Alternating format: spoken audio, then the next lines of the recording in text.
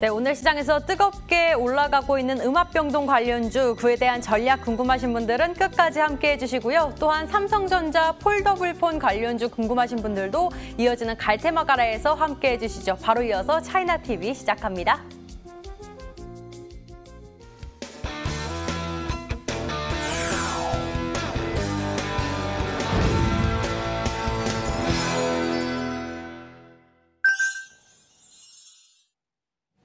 예, 중국 경제 주요 이슈 종목까지 알아보는 시간이죠. 차이나TV 오늘은 유안타증권 글로벌 투자정보센터 신승웅 연구원 화상으로 연결되어 있습니다. 안녕하세요. 안녕하세요. 네, 중국 경제 정책 방향을 확정짓는 매우 중요한 이벤트인 중앙정치국 회의가 이번 주에 열린다면서요. 이게 어떤 회의이고 또 어떤 내용들을 논의할지 관전 포인트 알려주십시오. 네, 매년 4월 중하순에 열리는 이 중앙정치국 회의에서는요, 1분기 경제 상황을 점검을 하고 또 2분기, 3분기 경제 정책 기조를 확정짓는 굉장히 중요한 회의입니다. 그래서 지금 시장에서도 굉장한 관심을 가지고 있는데 그 이유를 보면은 지난 2월 이후로 약 거의 2달 동안 우량주 위주 하락이 나왔었는데 그 원인이 유동성 긴축 우려 때문이었거든요. 그렇기 때문에 정책 방향을 확정짓는 이번 주 중앙정치국 회의가 굉장히 중요하고요. 그 시장에서도 굉장히 다양한 시각들이 존재를 하는데 지난주에도 이제 말씀을 드렸지만 1분기 경제 지표가 나왔었잖아요. 그런데 이걸 봤을 때 전년 대비하면 굉장히 좋은 성장률 18%가 나왔지만 또 직전 분기 대비해서는 0.6%밖에 성장을 못했거든요. 그래서 이런 두 가지 해석이 다 가능한 가운데 시장에서는 조금 이제는 좀 긴축으로 가도 되지 않을까, 아니면 아직은 좀 더 경기를 부양해야 한다. 이 두 가지 의견이 굉장히 상승을 하고 있습니다. 그래서 이제 정부 당국은 계속 급격한 출구 전략은 없을 것이다. 즉 유동성 회수는 하지 않을 것이다라는 기조를 계속 내비쳐 왔는데 지금 시점에서는 이 기조가 어떻게 바뀔지는 확정하기 어려운 부분이고요. 지금 말씀드린 내용은 이번 주에 있는 정치국 회의에서 확인이 가능할 것 같습니다. 네, 내용들을 좀 봐야겠군요. 최근 중국 증시로 외국인들의 자금이 다시 좀 유입되는 추세라면서요. 이유가 있는지 또 어떤 기업들을 그럼 좀 사고 있을까요? 네, 어찌 됐거나 1분기 경제 성적이 잘 나왔고 중국의 경기 회복이 글로벌 주요국 중에서 가장 빨랐다는 것을 고려를 했을 때 지난 2달간의 하락은 너무 과도하다라는 평가가 시장 전반적으로 이루어져 있는 것 같고요. 그리고 지난주와 지지난주 모두 외국인 자금이 크게 유입되었습니다. 그래서 지난주 주간 순 매수 상위 종목들을 보면요, 외국인 주목해야 될 점이 좀 있는데 먼저 두 번째와 네 번째 보시면은 오량액 그리고 귀주 모태 전형적인 우량주 그리고 외국인들이 굉장히 사랑하는 종목들이거든요. 그런데 아까 말씀드린 대로 지난 2달간 거의 전고점 대비 30%가 빠졌었어요. 그래서 이러한 주가 하락은 너무 과도하다라는 측면에서 저가 매수세가 최근 한 2주 동안 계속 이루어지는 상태이고요. 그리고 또 봐야 될 점은 세 번째 그리고 여섯 번째 양광전력과 융기실리콘 태양광 종목들인데 굉장히 전망이 좋은 종목들이지만 마찬가지로 밸류 고점 이슈로 많이 하락을 했었습니다. 이러한 태양광 종목들도 지금 요즘 다시 외국인들이 사고 있다 이렇게 보시면 될 것 같고 첫 번째 종목은 평화은행 지지난주에서도 은행주 얘기를 드렸었는데 이제 금리 상승 구간에 놓여져 있거든요, 중국도. 그렇기 때문에 금리 상승 구간에서 수혜를 입을 수 있는 은행주 외국인들이 조금 많이 사고 있습니다. 예, 말씀하신 것처럼 중국 지수는 2, 3월에 하락해서 옆으로 좀 횡보 국면이고요. 외국인들이 다시 좀 유입을 하는군요. 테슬라가 얼마 전 있었던 상하이 모터쇼에서 한 여성이 이제 브레이크 고장이 있다고 나서 문제를 삼고, 근데 테슬라 쪽에서도 굉장히 좀 진화하면서 나섰던 모습을 나타나고 있는데 좀 후폭풍이 노이즈가 좀 있습니까? 중국 현지에서는 굉장히 큰 이슈입니다. 사회적으로도 굉장하게 지금 큰 이슈가 되고 있고 일단 차주는 가족인 아버지가 테슬라 모델 3를 운행을 했었는데 브레이크가 제대로 작동하지 않아 다른 차량 2대와 충돌을 하고 멈추는 사고가 있었는데 굉장히 큰 사고였다고 해요. 그래서 상하이 모터쇼가 지금 지난주에 열렸었거든요. 이제 그때 해당 차주가 테슬라 모델 3 차량 위에 올라서 가지고 굉장히 시위를 크게 일으켰어요. 근데 중국 당국은 아무래도 시위에 굉장히 민감하다 보니까 해당 차주에 대해서는 공공질서 위반 혐의로 5일간 구류 처분을 내렸었고요. 그런데 이와 별개로 이제 중국 공산당에서는 이제 정법위원회가 공안과 사법을 담당을 하는데 논평을 통해서 테슬라를 보이지 않는 살인자라고 칭할 정도로 강하게 경고를 했습니다. 그리고 중국 내에서도 여론이 굉장히 좋지가 않은 게 21만 명을 대상으로 하는 응답 조사에서 약 83%가 시위 차주를 지지한다고 했었거든요. 그래서 전반적으로 반 테슬라 기조가 좀 보는 게 아닌가라는 판단이고, 그리고 이제 군 간부 그리고 공직자들한테는 이미 테슬라 금지령이 내려왔어요. 그런데 지금 뭐 언론은 나지 않았지만 공공기관까지 지금 확대가 되는 추세거든요. 그래서 이런 부분들이 테슬라에 있어서는 굉장한 도전으로 받아들여질 것 같고, 물론 이제 테슬라는 좀 표현이 그렇긴 하지만 납작 엎드려서 이렇게 용서를 구하는 모습인데 현재로서는 쉽지는 않습니다. 그리고 이거를 단순히 안전뿐만이 아니고 이제 미중 갈등 격화 속에서 이제 자국 시장에서 이 전기차 시장이 중국 전기차 시장이 전 세계가 가장 커요. 근데 이런 알짜배기 시장에서 외국 업체 테슬라의 독주를 좀 좌시하지 않겠다는 의도도 분명히 보이고요. 반면에 중국 로컬 본토 자동차 업체들에게는 대대적인 지원이 예상이 됩니다. 네. 테슬라도 뭐 만만치 않은 중국 시장이죠. 예, 다음은 오늘도 주목해 볼 만한 중국 기업인데요. 어떤 기업인지 먼저 김다은 앵커가 소개해 주십시오. 네, 차이나TV 종목 탐색 시간입니다. 오늘의 종목 화면 통해서 만나보시죠.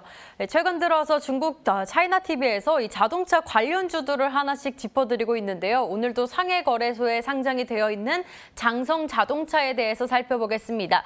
이 그림에서 사진에서 보이시듯 중국의 SV 완성차뿐만 아니라 픽업 트럭으로 굉장히 유명한 기업인데, 픽업 트럭으로는 20년 넘게 1등을 차지하고 있습니다. 또한 SUV 코로나19로 판매량이 굉장히 어려웠는데요.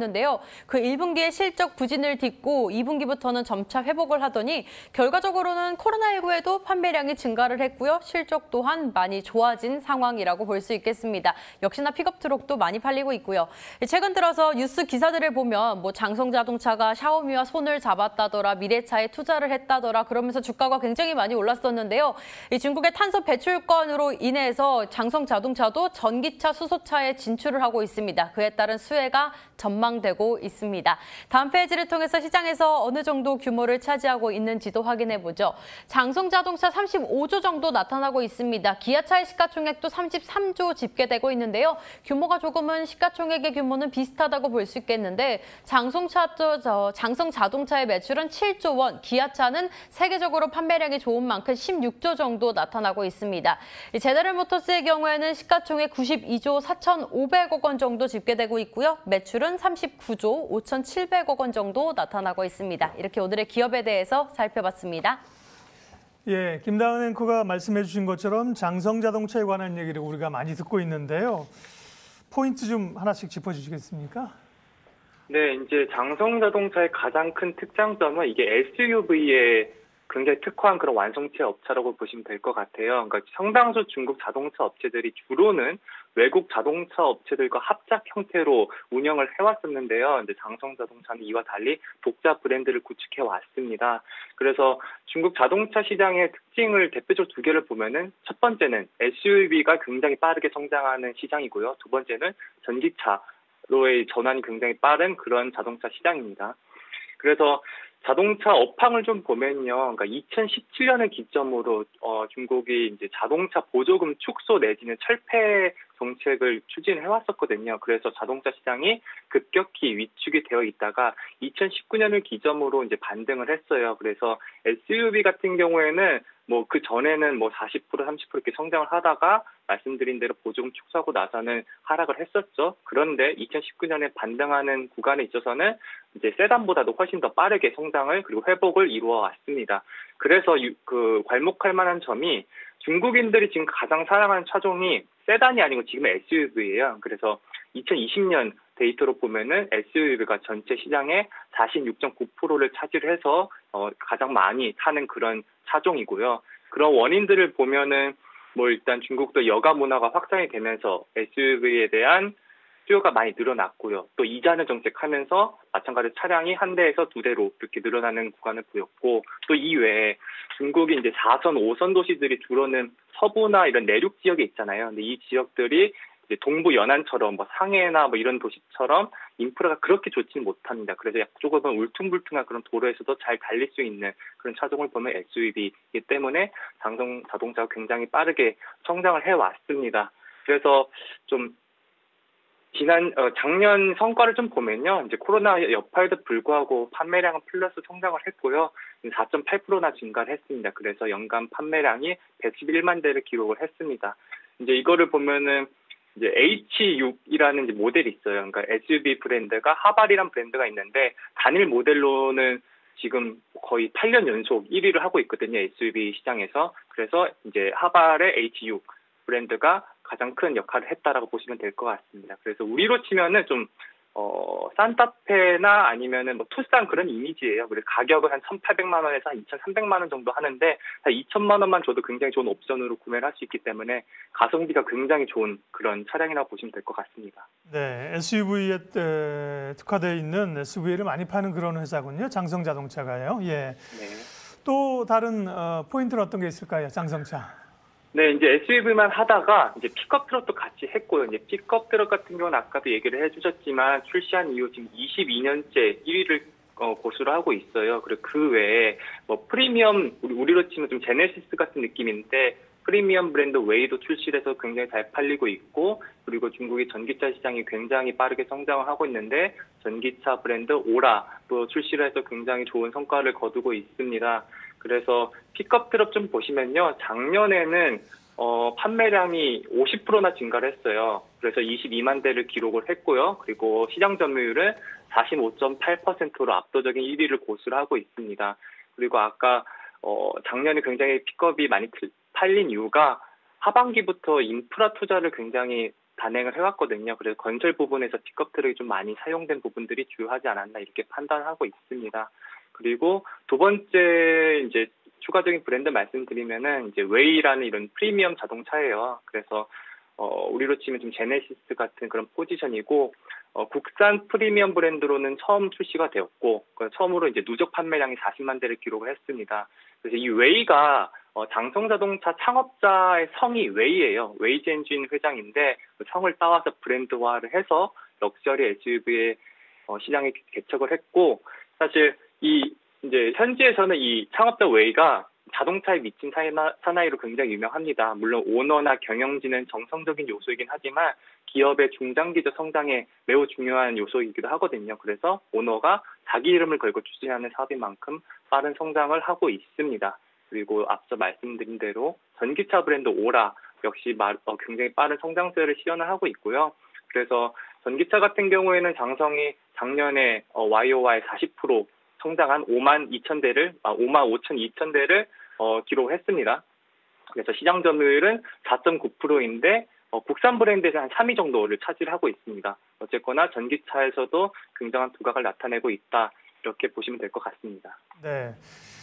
중국의 이제 인덱스 지수와 좀 궤를 같이 하는 측면이 있긴 한데요. 급등했다가 좀 조정 이후 또 재상승세인데 실적 상황 어떤지 실적 전망까지 좀 함께 말씀해 주세요. 네, 일단 지난해 매출 굉장히 잘 나왔어요. 코로나19에도 불구하고 어쨌거나 매출이 전년 동기 대비 7.4% 증가를 해서 원화로는 한 약 18조 정도 기록을 해서 사상 최고치를 달성을 했고요. 그리고 특히나 이제 4분기에 매출이 22%나 증가를 하면서 작년 실적에 크게 기여를 했습니다. 그래서 이제 작년 하반기 이후 지속되는 이런 중국 자동차 시장 업황 회복을 잘 나타냈다 이렇게 판단을 하고요. 올해에도 이런 실적 증가는 이어질 것으로 보고 있습니다. 이제 컨센서스로 보면요, 2021년에 매출액은 한 37% 증가할 것으로 전망이 되고요. 순이익은 75%나 증가할 것으로 전망이 됩니다. 그래서 기저 효과를 고려한다 하더라도 굉장히 빠른 성장세를 이루고 있다는 것은 부인할 수 없을 것 같고요. 더군다나 올 상반기에는 새로운 브랜드에서 이런 신규 차종이 굉장히 많이 나와요. 그런 부분들도 매출에 크게 기여를 할 것 같다 이렇게 판단하고 있습니다. 전반적으로 또 중국 전기차 시장이 지금 구조적 성장이 이루어지고 있는데 말씀드린 대로 전기차 브랜드 오라도 올해 큰 성장이 있을 것으로 판단하고 있습니다. 이상입니다. 예, 오늘 차이나TV 중국 경제 소식 그리고 관심 기업은 유한타증권 신승욱 연구원과 함께했습니다. 고맙습니다. 고맙습니다.